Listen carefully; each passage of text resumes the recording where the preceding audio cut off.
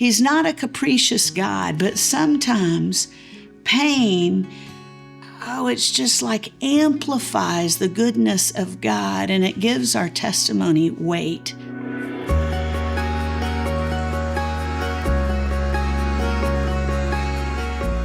Welcome back. I want to say welcome home to the NIV Application Bible Podcast. We love getting to do this with you. Thank you for staying engaged with us. We've gotten messages from some of y'all and have been so encouraged that you're taking this trip through this love story we call the Bible with us. We've gotten to a book, and it's a book that sometimes you just say the short title of this book and you can almost see people tighten up. I used to do that.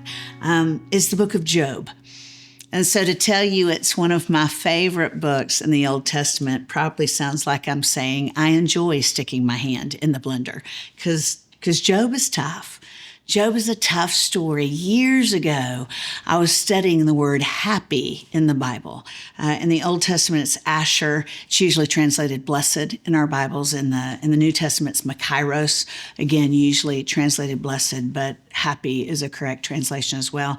And while I was in this word study of happiness in the Bible, which doesn't mean happy, it's really about the contentment we have if we're in an intimate relationship with Jesus Christ, I sensed the Holy Spirit prompting me to study the book of Job.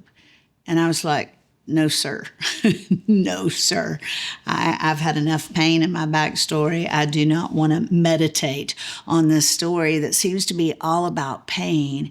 And yet I know better than to tell God no. And so ultimately I said, yes, sir. And I began a deep dive into the book of Job. I studied it for a year.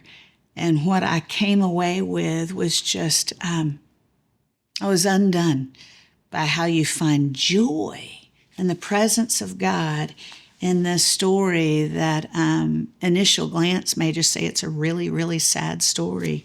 It starts by explaining that Job was a really, really good guy. The very beginning, the first chapter of Job tells us he was a good man. He had a good life. He was doing good things with his life.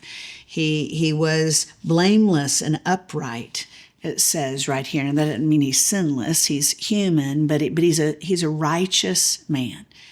Tells us that he had a good life. He had 7,000 sheep, 3,000 camels, 500 yoke of oxen, and 500 donkeys, and had a large number of servants. He was the greatest man among all the people of the East. In other words, if he were to live today, he would be president of a Fortune 100 company, be traded on Wall Street, live in a gated community, driving a Bentley. He was living a good life.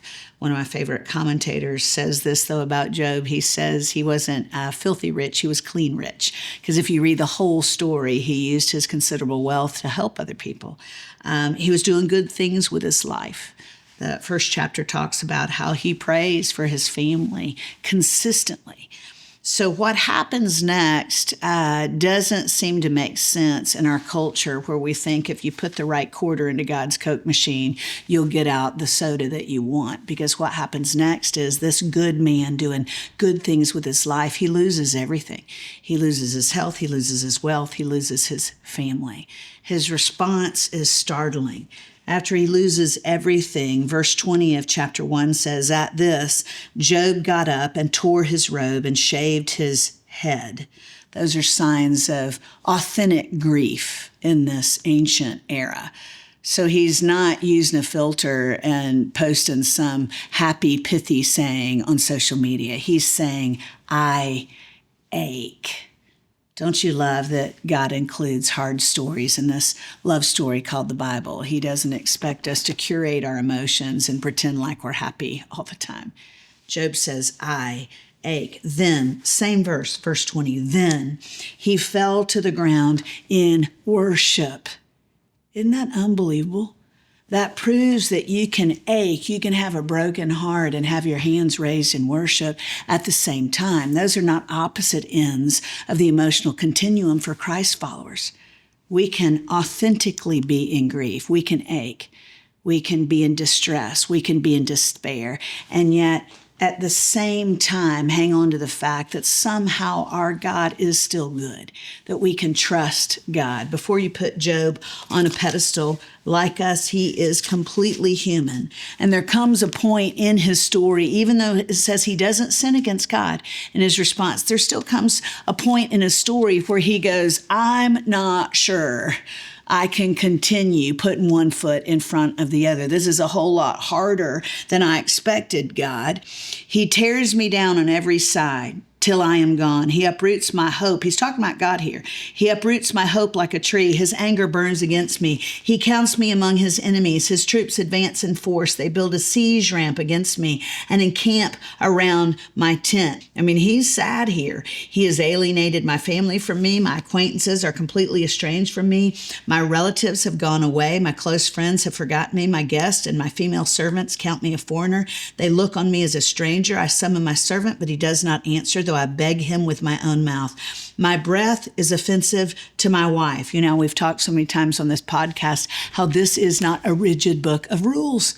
It's real stories about real people with a real God. When he says my breath is offensive to my wife, she's not sleeping in the same room as him. He's saying, I don't have any kind of relational intimacy at this point. I feel completely alone. I am loathsome to my own family. Even the little boys scorn me. When I appear, they ridicule me. All my intimate friends detest me.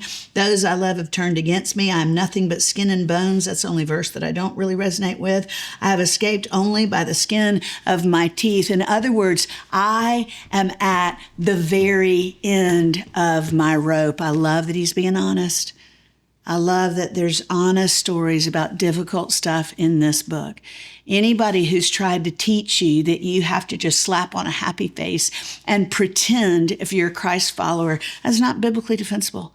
God says, bring all of you, even the disappointment, bring all of you to all of me. In other words, even when you can't see around the corner of your circumstances, you can still trust me. I'm a good God. And you see that because right after Job says, I'm not sure I can hang on any longer, you get the two verses from Job that most people know, partly because of a song that's based on these two verses. Beautiful song by my friend Nicole Mullen. Verse 25, I know that my Redeemer lives, and that in the end he will stand on the earth, and after my skin has been destroyed, yet in my flesh I will see God. I myself will see him with my own eyes, I and not another. How my heart yearns within me when he says, I can barely hang on, but Jesus is coming. And the word he uses there for Redeemer is actually a pre-incarnate vision of Jesus. He is saying, I don't understand why God has allowed me to go through this, but ultimately, somehow, some way, he proclaims what Paul does in Romans 8. Ultimately, all things will work out for the good. Beautiful, beautiful point of a man who's at the end of his rope, trusting that even though he can't see the goodness of God, he's going to trust in the goodness of God. That's why he can say in chapter 42, my ears had heard of you, but now my eyes have seen you. Job says that. He's saying, you know what? I'm not asking the same question anymore. I'm not saying, why have all these hard things happened to me because I was a good guy? I'm saying, Lord, if you'll just give me your presence, that's enough for me. My ears had heard of you, he says, but now I recognize your presence, and your presence is enough. Even if I'm in pain, the crazy thing about this story is the pain isn't punitive. God doesn't punish Job with pain. As a matter of fact, if you get the context, he tells that lion, lizard, Satan, you can test Job because he'll walk this out in a way that will bring me glory. He's not a capricious God, but sometimes pain, it's just like amplifies the goodness of God, and it gives our testimony weight. When I have some 22-year-old young woman who comes up to me and says, oh, Lisa, When you finally trust in the Lord and He's enough for you, then God will bring your husband. I really struggled when I was 20, but then when I trusted God, I got my husband at 22. I want to kick her in the shins. I'm like, baby girl, you haven't struggled. You're a child. You don't have your frontal lobe yet. That doesn't encourage me. Bring me a woman in her 50s or 60s who says, I know what it is to be alone. But in the presence of God, I found a comfort I didn't even know I had. He is a husband to the husbandless and a father to the fatherless. That testimony carries weight. Sometimes in the economy of God, pain is more of a promotion. It's as if He's saying, you're going to walk this out in a way. You won't understand it, but you'll walk it out in a way that will bring me glory, and other people will watch your faithfulness during a dark valley kind of season. And they'll go, the only way that person could walk that out that way is by the presence of a God who loves them, even when they can't see around the corner of their life. Job says all this before he experiences restoration, and God restores him.